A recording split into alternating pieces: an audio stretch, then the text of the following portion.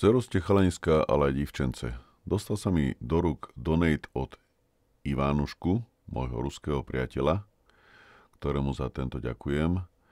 A priniesol mi HPčkový notebook, taký ten starší. A povedal mi, že momentálne nefunguje, nevie, čo s ním je. Chýbala mu tam pamäť RAM, takisto tam nebol ani hard disk. Ostatné veci tam myslím, že aj boli kompletne. A myslím, že ani šrobiky tam neboli, takže tie som takisto v podstate nemusel dávať dole, pokiaľ som ho rozoberal.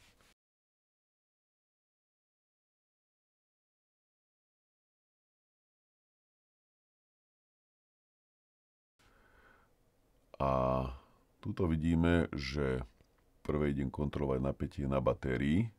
To je biosacká baterka. Tam bolo napätie 1 V, to znamená, že tá baterka je na výmenu.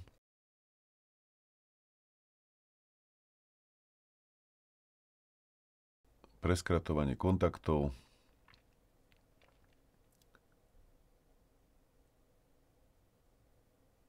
Nová baterka má 3,1 V, čiže to je čisto nová batéria. A idem si otestovať teraz tie napäťové vetvy jednotlivé, či nie skratovaný niekde vstup. Tam sa napája na ten konektor hlavné nabíjanie z adaptéru. Tu je krásny náhľad cez mikroskop na piny, aby som vedel zistiť, kde je ground, kde je plus. Tuto je prvý prepájací MOSFET. To si otestujem, či tam náhodou nie je skrat na hlavnej napäťovej vetve 19V. Tam to vyzerá byť v poriadku. Takže idem robiť ďalšie merania.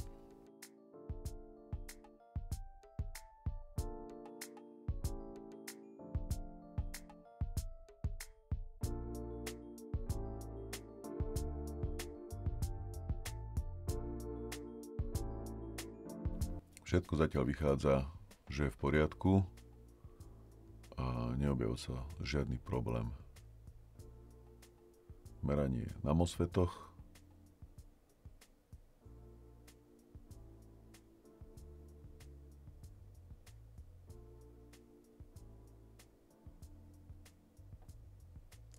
Naľavo vidíme ten veľký, to bol vstupný MOSFET, toto je druhý MOSFET v poradí. Skontrolujem si rezistor veľmi malé hodnoty, ten má 0,01 ohmu, čiže 10 miliómov. Toto je veľký prvý MOSFET, tu máme nejakú diódu.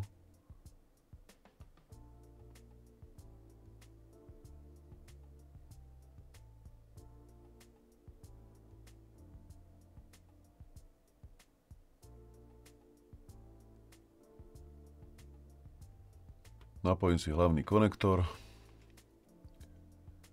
bez toho, aby som zapojil displej. Zapojím si napätie z adaptéru a idem si skontrolovať hlavné napäťové vetvy. Tu mám vstupné napätie 19,9 V, to je v poriadku.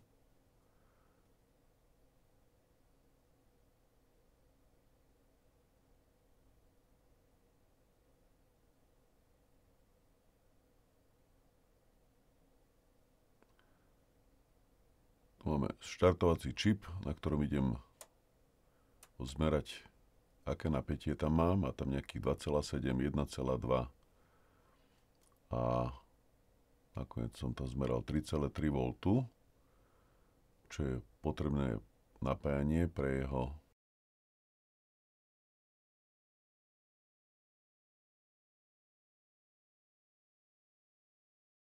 V podstate to všetko vyzeralo, že je v poriadku a to znamená, že je najvyšší čas pripojiť si tú dosku aj s displejom, ale ešte predtým nájsť nejakú vhodnú rámku, pretože ako vidíš, zatiaľ tam nie je ani jedna a samozrejme zatiaľ tam chýba aj hard disk.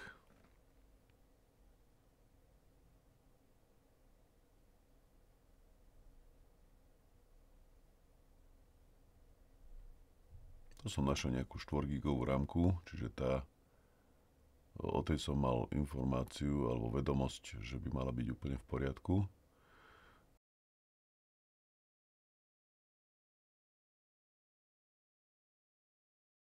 Zapojenie displeja do konektoru.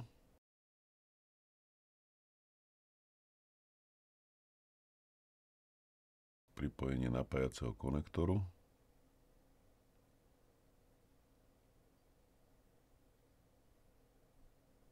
To by zatiaľ malo stačiť na vyskúšanie funkčnosti dosky.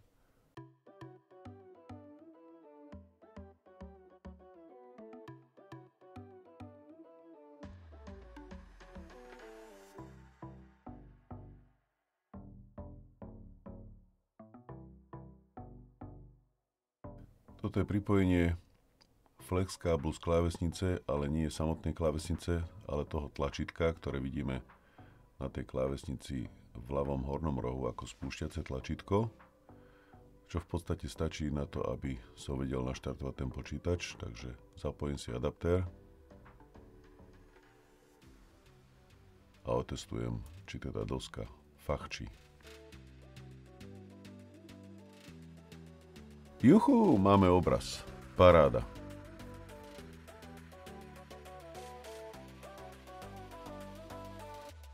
Klávesnica nie je zatiaľ pripojená.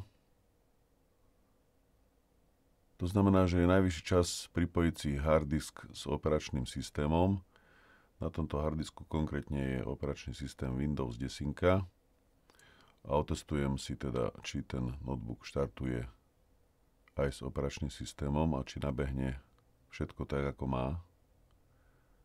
Tento konektor som zapájať nemusel, to je v podstate na audio výstup a USBčka sú tam nejaké. Ono by to šlapalo úplne v pohode aj bez toho.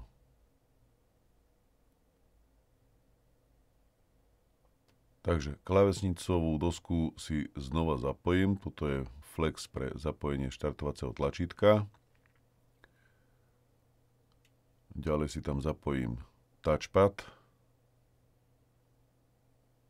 Ten bude o chvíľku vidieť. To bude taký ten tenší flex káblik.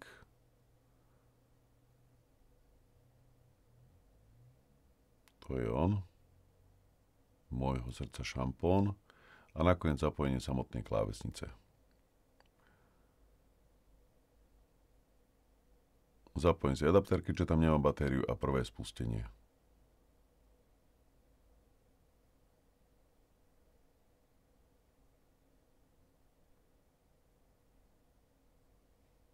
No vyzerá to tak, že načítava operačný systém z harddisku. Ale že paráda.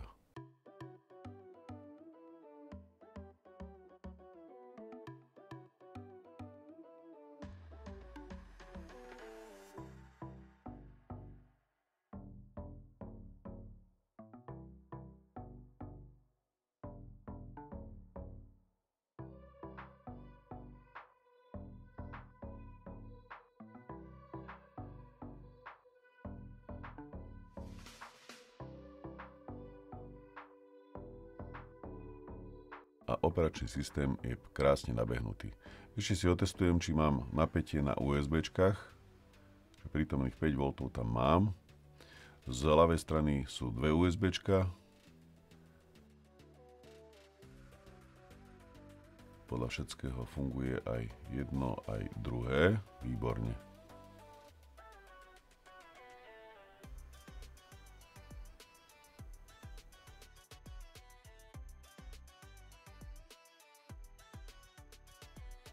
Touchpad funguje.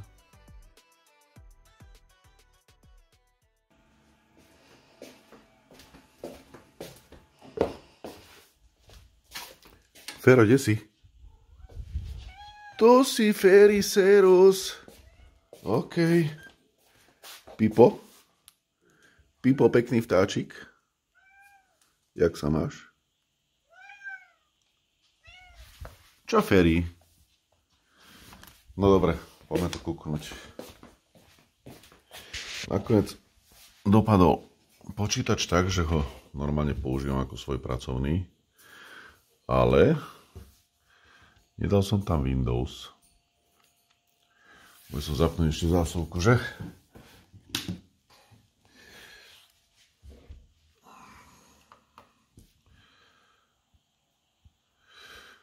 Ale nakoniec ho používam normálne ako na dennodennej báze.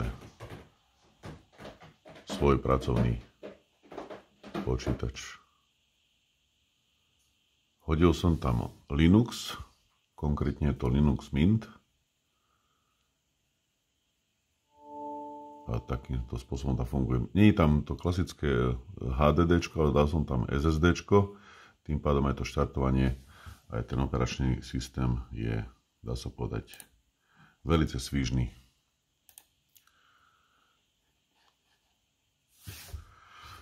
Môžem zhodnotiť, že velice pekný darček. Čiže veľká vďaka Ivánuškovi.